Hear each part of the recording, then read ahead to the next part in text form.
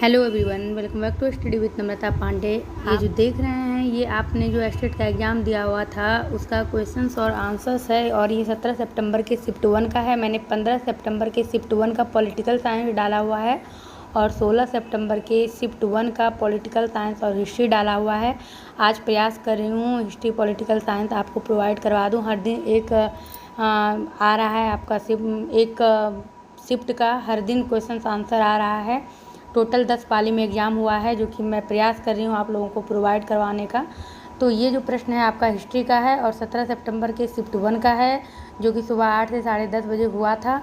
प्रश्न पहला ये है आपका कि प्राचीन नगर तक्षशिला निम्नलिखित में से किनके बीच स्थित था और इसका आंसर है सिंधु तथा झेलम नदी के बीच स्थित है प्राचीन नगर तक्षशिला।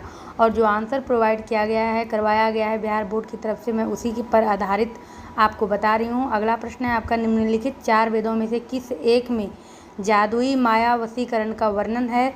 तो इसका आंसर आपके पास है अथर्ववेद में। अगला प्रश्न है होयसल स्मारक कहाँ पाए जाते हैं? तो होयसल स्मारक हम्पी और हैरीवीड में पाए जाते हैं। अगला प्रश्न है निम्नलिखित में से किस एक राज्य या देशों में अशोक के व्यक्तिगत नाम का उल्लेख मिलता है? तो इसका आंसर है आपका मास्की में। अगला प्रश्न है बोधायन प्रमेय यानी बोधयान शुल्ब सूत्र किससे संबंधित है?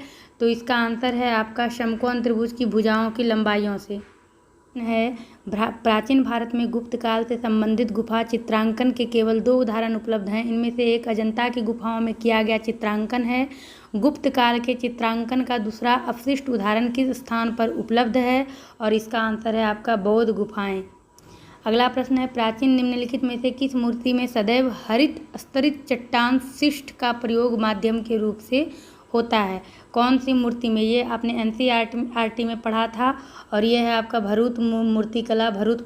अगला प्रश्न है भारत के कला और पुरातात्विक इतिहास के संदर्भ में निम्नलिखित में से किस एक का सबसे पहले निर्माण किया गया था?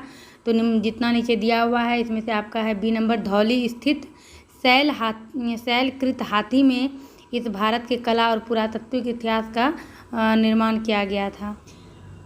अगला प्रश्न है निम्नलिखित में से कौन सा एक काकतीय राज्य में अति महत्वपूर्ण समुद्र पत्तन है? तो ये है आपका मछलीपट्टनम। ये भी आपने पढ़ा है NCERT में। और फिर 10 नंबर है आपका भारत की धार्मिक प्रथाओं के संबंध में स्थानकवासी संप्रदाय का संबंध किससे है? तो ये है आपका शैव मत से। अगला प्रश्न है भारतीय इतिहास के संदर्भ में निम्नलिखित में से कौन भावे बुद्ध है जो संसार की रक्षा हेतु अवतरित होंगे? तो ये है आपका अवलोकितेश्वर। अगला प्रश्न है किसके राज्य में कल्याण मंडप की रचना मंदिर निर्माण का एक विशिष्ट अभिलक्षण था? तो इसका आंसर है आपका विजयनगर। अगला प्रश्न है आपका जिस मध्यकालीन भारतीय लेखक ने अमेरिका की खोज का उल्लेख किया है वो कौन है? तो वो हैं आपके अफुल फजल। और निम्नलिखित मुस्लिम शासकों में से किस एक को उसकी धर्मनिरपेक्षता में आस्था के कारण उसकी मुस्लिम प्रजा जगत गुरु कहकर पुकारती थी? मुस्लिम शासक के बारे में पूछा जा रहा है। तो ये थे आपके जैन उल आबिदीन। अगला प्रश्न है मुगल काल में निम्नलिखित बंदरगाहों में से एक किसे बाबुल मक्का यानी कि मक्का द्वार कहा जाता था? तो इसका आंसर है आपका सूरत। और अगला प्रश्न है निम्नलिखित में से किस भक्ति संत ने अपने संदेश के प्रचार के लिए सबसे पहले हिंदी का प्रयोग किया था? तो ये है आपका रामानंद, जो कि बिल्कुल जितना भी प्रश्न अभी तक आप देख रहे हैं कोई भी आपके 9th 10th से नहीं है। अगला प्रश्न है धर्मट का युद्ध निम्न में से किनके बीच लड़ा गया था? तो धर्मट का युद्ध लड़ा गया था औरंगजेब तथा दारा शिकोह के बीच में। निम्नलिखित में से कौन सा क्रम सही कालानुक्रमिक क्रम को दर्शाता है? तो 18 नंबर का आंसर है आपका क शंकराचार्य रामानुज, उसके बाद है चैतन्य। अगला प्रश्न है भक्त तुकाराम कौन से मुगल सम्राट के समकालीन थे? जहांगीर के। प्रसिद्ध विजय विट्ठल मंदिर जिसके 56 तक्षित स्तंभ संगीतमय स्वर निकालते हैं कहाँ अवस्थित है? तो ये अवस्थित है हम्पी में। फिर निम्नलिखित में से कौन भक्ति आंदोलन का प्रस्तावक नहीं था? इसका आंसर है आपका नागार्जुन। मध्यकालीन भारत में मस्तर और पट्टकिल पदनाम किनके लिए प्रयुक्त होते थे? तो ये है आपके ग्राम मुखिया के लिए। भारतीय इतिहास के मध्यकाल में बंजारे सामान्यतः कौन थे? ये थे आपके व्यापारी। अगला प्रश्न है मध्यकालीन भारत के आर्थिक इतिहास के संदर्भ में अरखट्टा किसे निरूपित करता है? अरखट्टा। और ये प्रश्न नंबर 24 है, जिसका कि आंसर सी है, भूमि की सिंचाई के लिए प्रयुक्त जल चक्र, वाटर हिल। और ये सब प्रश्न तो बिल्कुल नाइन्थ और 10th से है ही नहीं। और अगला प्रश्न है आपका, भारत के सांस्कृतिक इतिहास के संदर्भ में इतिवृत्तियों, राजवंशियों, इतिहासों तथा वीर गाथाओं को कंठस्थ करना निम्नलिखित में से किसकी व्यवस्था थी? तो ये है आपके श्रमण की व्यवस्था थी। अगला प्रश्न है, सुप्रसिद्ध चित्र बनी ठनी किस शैली का है? तो ये है आपके किशनगढ़ शैली का। भारतीय गौरव, जिसको कि यश भी आप लोग कहते हैं, भारतीय गौरव का अंतिम सूर्य किसके लिए प्रयुक्त हुआ? तो ये है आपका शिवाजी के लिए। सुरक्षा के लिए मराठों के राजस्व के दावों को किस नाम से जाना जाता है? ये इसका आंसर है आपका चौथ के लिए। निम्नलिखित में से किस मुगल शासक ने लाला कलावंत से हिंदू संगीत की शिक्षा ली? गजब प्रश्न पूछा गया है, कोई मतलब ही नहीं है इस तरह के प्रश्न का। और सच में अलग अलग शिफ्ट में अलग अलग तरीके का प्रश्न पूछा गया है, जो कि आपके सामने में है। अगला प्रश्न है, दस्तार बंदान कौन कहलाते थे? तो ये हैं आपके उलेमा। निम्नलिखित में से कौन सा एक क्षेत्र 1857 ईस्वी के विद्रोह से प्रभावित नहीं था? तो ये क्षेत्र आपका चित्तौड़ था। निम्नलिखित में से किसने वर्नाक्यूलर प्रेस एक्ट निरस्त किया था? अब ये आपके 9th 10th का आया है। निम्नलिखित में से किसने वर्नाक्यूलर प्रेस एक्ट निरस्त किया था? तो ये आपके लॉर्ड रिपन हैं। अगला प्रश्न है आपका, निम्नलिखित विद्रोहों में से किसको बंकिम चंद्र चटर्जी ने अपने उपन्यास आनंद मठ में उल्लेख करके प्रसिद्ध किया था? तो ये हैं आपके सन्यासी विद्रोह। अगला प्रश्न है, 9 में से ब्रिटिश ने किसका सबसे पहले निर्माण किया था? तो जितना भी किला आपका नीचे दिया हुआ है, ये फोर्ट सेंट जॉर्ज हैं, सबसे पहले इस किले का निर्माण हुआ था। अगला प्रश्न है, निम्नलिखित में से किसने बहुविवाह नामक पुस्तक लिखी है? तो ये थे आपके ईश्वर चंद्र विद्यासागर। अगला प्रश्न है, मॉन्टेग्यू चेम्सफोर्ड प्रस्ताव किससे संबंधित हैं? ये भी आपके अब 9th 10th का प्रश्न है, और इसका उत्तर है आपके संवैधानिक सुधार से। निम्नलिखित विदेशी यात्रियों में से किसने भारत के हीरे और हीरे की खदानों की विस्तृत रूप से चर्चा की है? तो ये आपके फ्रांसवा बर्नियर हैं।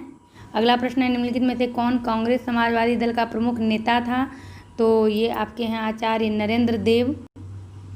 अगला प्रश्न है, भारत के स्वतंत्रता प्राप्ति के बाद निम्नलिखित में से किसने सुझाव दिया था कि भारतीय राष्ट्रीय कांग्रेस को समाप्त कर दिया जाए?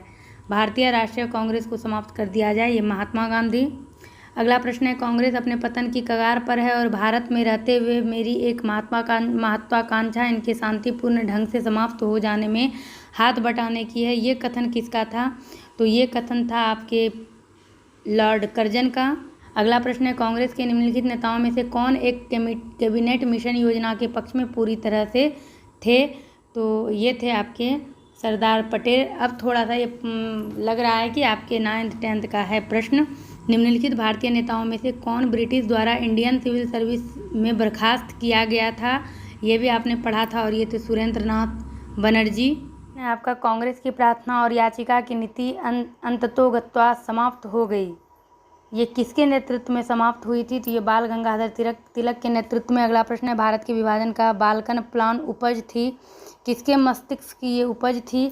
तो लॉर्ड माउंटबेटन के मस्तिष्क की ये उपज थी। अगला प्रश्न है, 1920 ईस्वी के अहमदाबाद अधिवेशन में निम्नलिखित नेताओं में से किसने संपूर्ण स्वराज को कांग्रेस का लक्ष्य मानने का प्रस्ताव रखा था? ये थे आपके हजरत मोहानी। अगला प्रश्न है, निम्नलिखित में से किसने प्रसिद्ध चटगांव शास्त्रागार धावे को आयोजित किया था? तो ये थे आपके सूर्य सेन। अगला प्रश्न है, 1946 ईस्वी में बनी अंतरिम सरकार में डॉक्टर राजेंद्र प्रसाद के पास कौन सा विभाग था? तो उस समय डॉक्टर राजेंद्र प्रसाद के पास खाद्य तथा कृषि विभाग था। महात्मा गांधी के निम्नलिखित अनुयायियों में से कौन पेशे से एक शिक्षक थे? तो ये आपके JB कृपलानी पेशे से एक शिक्षक थे। अगला प्रश्न है आपका, निम्नलिखित में से किसने सुबह आज़ादी नामक कविता लिखी थी? तो ये लिखने वाले थे आपके फैज़ अहमद फैज़। और 1920 में निम्नलिखित में से किसने अपना नाम परिवर्तित कर स्वराज्य सभा रख लिया था? तो ये थे आपके all India home rule league. तो जितने प्रश्न हमने देखे, मुश्किल से 10 प्रश्न आपके 9th 10th से मिले होंगे। जिन्होंने गहराई से पढ़ा होगा उनको पता होगा, लेकिन 40 प्रश्न बिल्कुल आपके अजीबोगरीब थे। कई लोग कह रहे हैं प्रश्न काफ़ी अच्छे थे। तो जिन्होंने अध्ययन किया होगा, जो लगातार पढ़ रहे हैं, जो किसी चीज़ की तैयारी कर रहे हैं, उनके लिए सच में ये प्रश्न काफ़ी अच्छे थे, वो कर लिए होंगे। लेकिन जो सिर्फ 9th 10th पर जिन्होंने फोकस किया था, उनके लिए थोड़ी सी मुश्किल मुश्किल है ये क्वेश्चंस पैटर्न। तो आज बस इसमें हम 17 सितंबर के शिफ्ट 1 का सिर्फ आपके साथ हिस्ट्री का ही शेयर कर रहे हैं। कल हम प्रयास करेंगे आपके सामने में दो क्लास प्रोवाइड करवाने का, जिससे कि जल्द से जल्द हम लोग इस चीज़ को ख़त्म कर लें, फिर आगे की टॉपिक पर बढ़ें। तो चलिए मिलते हैं आपसे कल। बने रहिए इस चैनल पर हर नए अपडेट के लिए, और वीडियो लाइक कर दीजिएगा, चैनल पर नए हैं तो सब्सक्राइब कर लीजिएगा।